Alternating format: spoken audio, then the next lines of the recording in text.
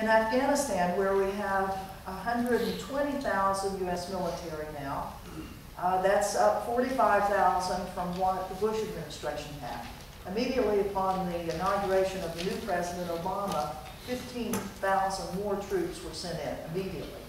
And then after a survey and analysis of what should be done, except there was no national security analysis, no national security estimate, which is generally the way the U.S. government works, that if there's going to be a major policy decision, they want to have a national intelligence estimate by all the intelligence agencies on what course of action ought to be taken.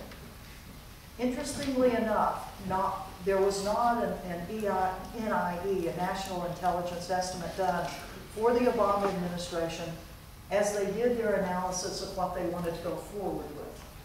They made their decision to go ahead and send 30,000 more troops in with solely the military request, not an intelligence analysis of what that request was going to entail.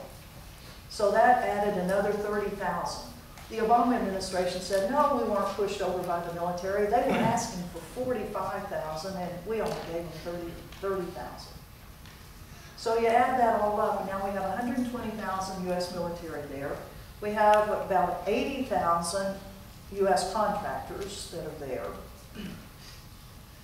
They are training Afghan military, and there are over 300,000 Afghan military that have now been trained by U.S. and NATO forces. And there are 250,000 Afghan national police that have been trained. And when you total all that up, I think that comes out right at 800,000 people in Afghanistan that are now a part of the security apparatus there, that are facing an enemy. Now, what is that enemy, and how many people are there with it? By our own CIA estimates, there are generally less than 50 al-Qaeda that are in Afghanistan at any one time. And on a day when nobody else has any work in the southern areas of Afghanistan, where the Taliban has most sway, at the very most, there will be 15,000 people that might be on the Taliban rolls. So let's see, there are 800,000 people, 800,000 in the security apparatus in Afghanistan facing 17,050 people. And so Afghanistan, of course, is secure. I mean, isn't it?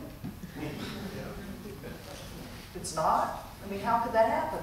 800,000 people challenging 17,050? And it costs $1 million a person, a soldier, to do this. Let's see, and that's because of the long lines of supply, because things for our military, the food, the material, the bullets, everything has to be shipped by ship all the way around the world to Pakistan, and then it's brought up through the ports of Karachi, and then there are supply routes that go across Afghanistan, or across Pakistan and into Afghanistan. And gosh, those must be very secure. We've paid Afghanistan $4 billion this last year to gain their cooperation so that they wouldn't be supporting or allowing, let's see, where is Al-Qaeda? It's in the mountains of, not in Afghanistan anymore, but over in Pakistan. And then the Taliban, it has sanctuaries in Pakistan. And in fact, the U.S. military and the CIA has a drone program. They are sending these drones over into Pakistan to kill Pakistani Taliban, Afghanistan Taliban. Oh, and this last week, those drones killed many people in the Pakistani military.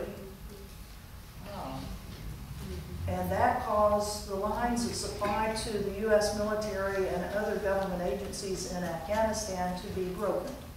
That the Pakistani government said, you're killing our people with these drones. We don't want you using drones in our country. We've been telling you that. And you've now killed our own military, so we're stopping the supply lines. So for 5 days, there was no supplies that were coming through Pakistan. It was preceded, though, by 4 days when Convoys on each one of those days were blown up by Pakistani Taliban and other elements in Pakistan. Meaning you probably saw the pictures in the newspapers. Every single day, these long convoys going up in flames. Hundreds of millions of dollars of material and lives lost in those attacks.